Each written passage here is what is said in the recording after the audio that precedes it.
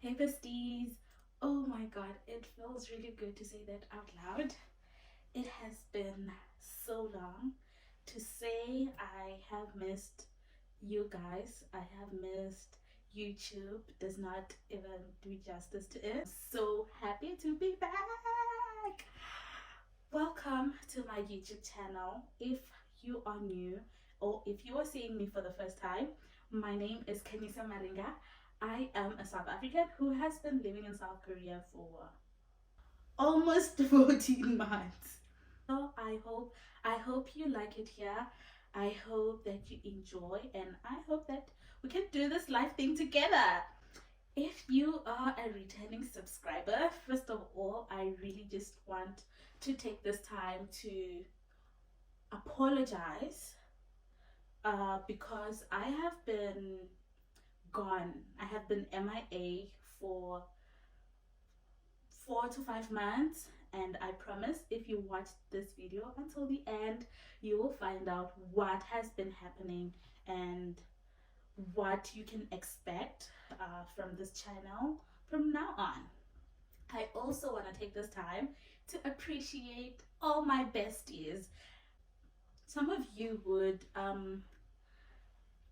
reach out to find out what's going on. Why am I not posting? Am I okay? Some of you were not even asking if I'm okay. You were literally saying, we hope you are okay and come back to YouTube when you're ready. Yeah, I just hope that this video can give some light to why I've been gone and what has been happening in my life.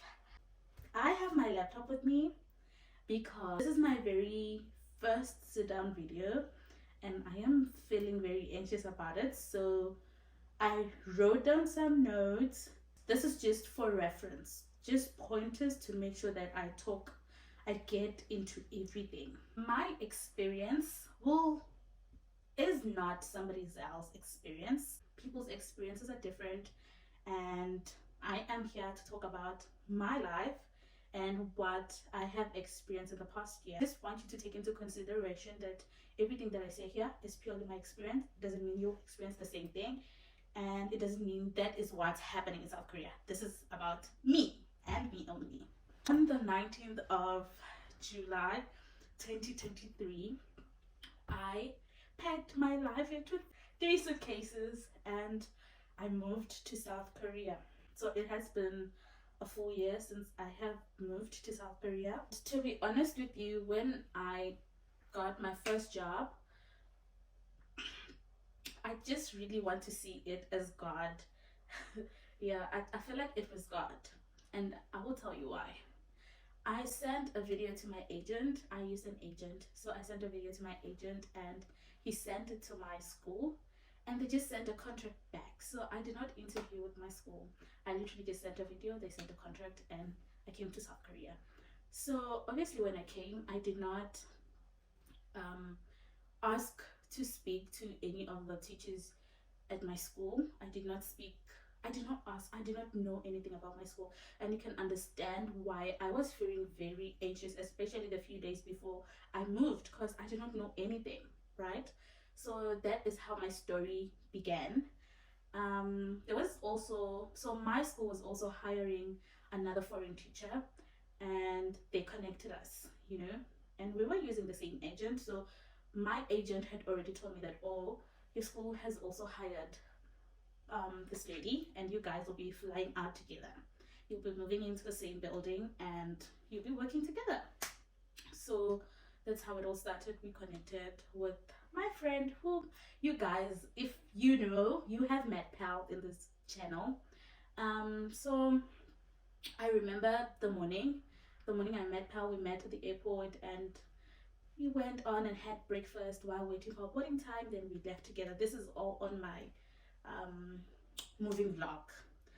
So like I say, I did not know anything about my school, and most people will tell you to do your research about the school before you sign. I was very excited for this opportunity because I've always wanted to move abroad, and if you know me, you know that it has been long coming.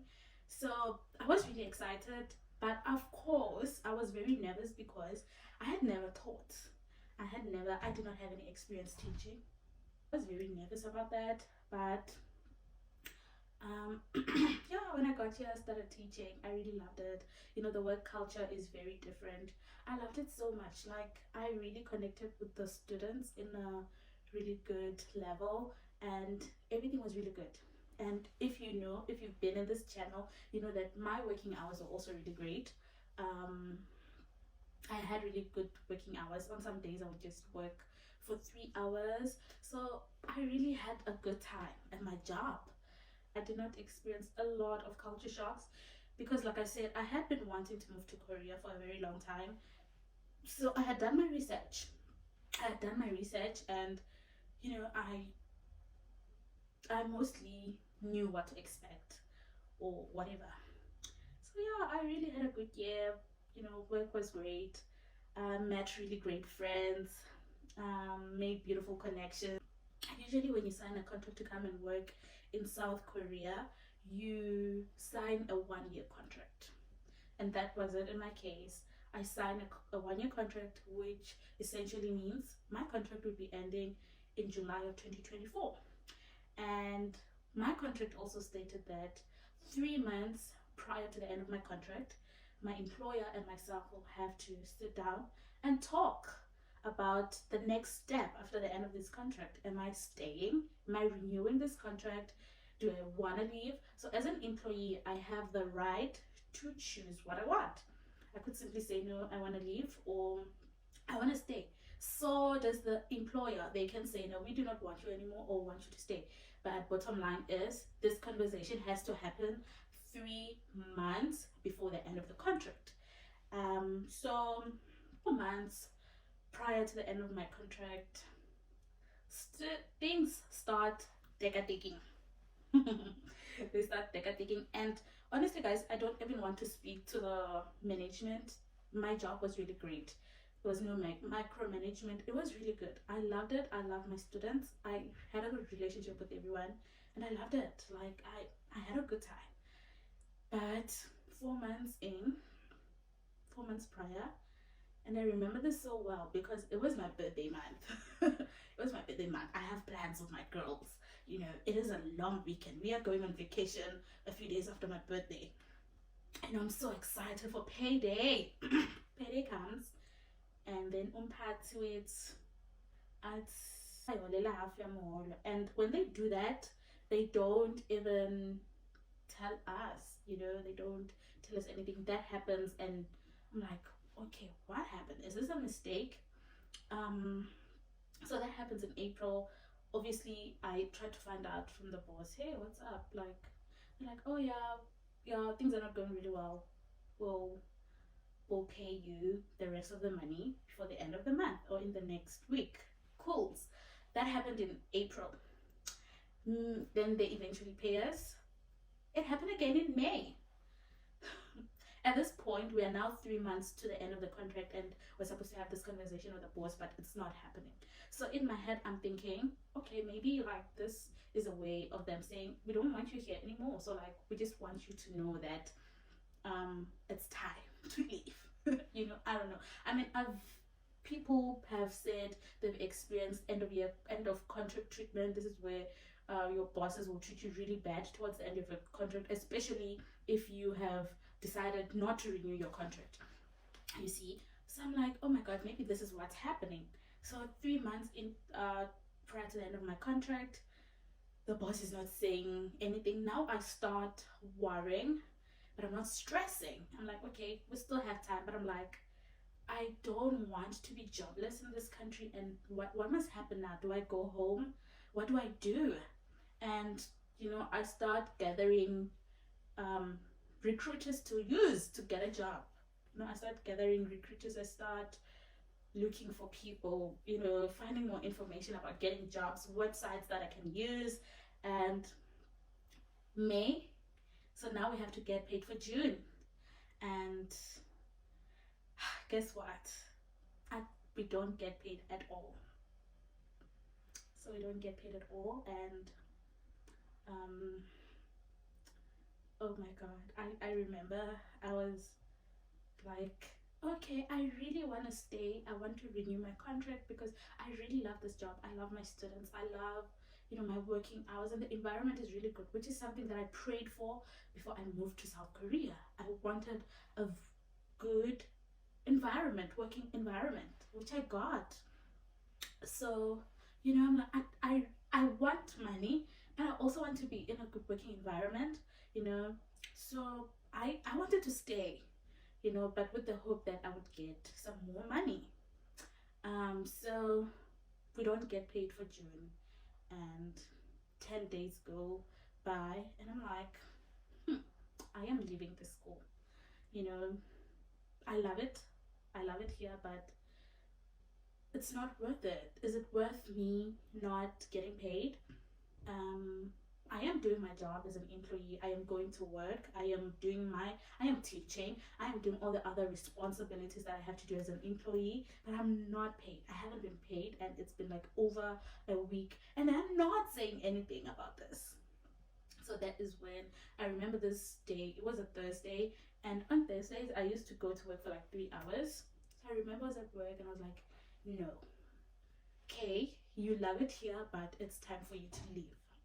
I remember the day I contacted a recruiter, and she replied back, and she was like, okay, Kay, can we like set up a video call for Monday? It is Thursday. I'm like, no, this is urgent. My contract is ending next month, and I want to leave. I want to get a job before then. So I need to talk to you ASAP. And she was like, okay, let's talk tonight after work. So as soon as I got home, I had a video chat with my recruiter, and I told her what I wanted. And a few minutes after we ended our video call, she was like, okay, yeah, cool. I will send you a couple of options, and you can see what you feel like you want, or you can see what aligns with what you want, and you can tell me, and we can set up the interview. Then maybe an hour later, I think maybe this is around 10 p.m. She's like, hey, Kay, I found the school and they want to interview with you tomorrow. I'm like, what? That was so quick. So I was like, okay, cool. Tomorrow, 11:30 in the morning, you have an interview. So yeah, the next morning I woke up and I had an interview with my now boss. I had an interview, and I really, um, sometimes you just have a feeling when you do these things. You just know that, yeah, this is it. So I had an interview, and yeah, it was good. They were like, they'll get back to me, and they need someone ASAP, and I need a job ASAP. So like, yeah, okay, we'll get back to you. This is Friday. So this is just the day after I contacted a recruiter. So I usually went to work at 1:30, and I had the interview at 11:30 in the morning. So after that, I just started getting ready, and I hear back from my recruiter like maybe an hour, maybe 30 minutes later. She's like, oh, you got the job. I'm like, what? Yeah, you got the job. And I accepted the contract. I signed my contract on that very same day. And right after that, I got a message from my boss saying, oh yeah, can we talk about renewing the contract? This is how much we're willing to give you. And I'm like, sir, first of all, I haven't been paid. And the first thing you're saying to me is, can we talk about renewing your contract? How about my salary? So that's when I told him, yeah, no, I've decided to leave. Everything that's been going on for the past couple of months, I don't want to be here anymore. And he understood as well, because they could not handle, I guess, having me there. And that's how I left my job. So I worked for the next month until the 25th. No, my contract is ending on the 25th of July, and I worked until the 26th, because the 25th was on a Thursday. So I was like, no, I don't want to leave them stranded. Let me just work until Friday, which I did. And on the Saturday, I moved to a new city. So I am now back in South Africa.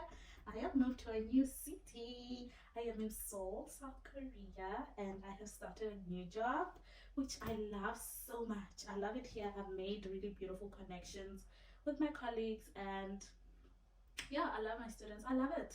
And I think for now, that's all I am gonna say. That's all to say to it.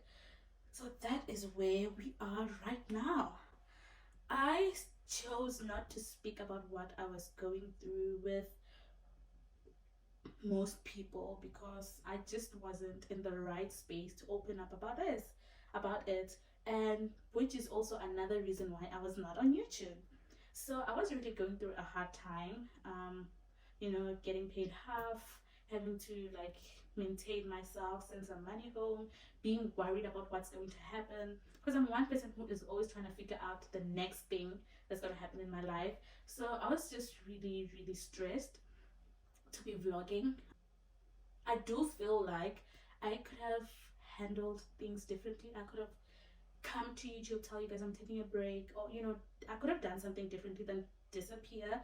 But here I am telling you that living abroad is not all rosy. Sometimes we go through very stressful situations, and it's not easy to come sit in front of the camera and be an entertainer. So yeah, that's what has been happening. That is where we are right now. So what can you expect from this YouTube channel going forward?